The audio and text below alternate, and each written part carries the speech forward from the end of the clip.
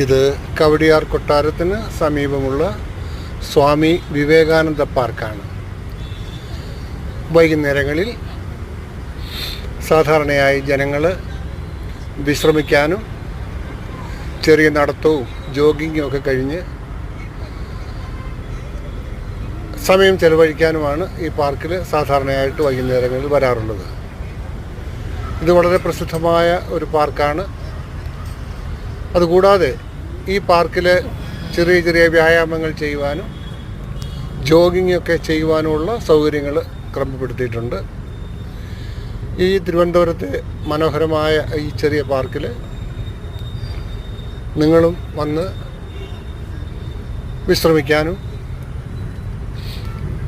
അതുപോലെ തന്നെ മറ്റ് കാഴ്ചകൾ കാണാനുമൊക്കെ ഈ പാർക്ക് ഉപയോഗപ്പെടുത്തണമെന്ന്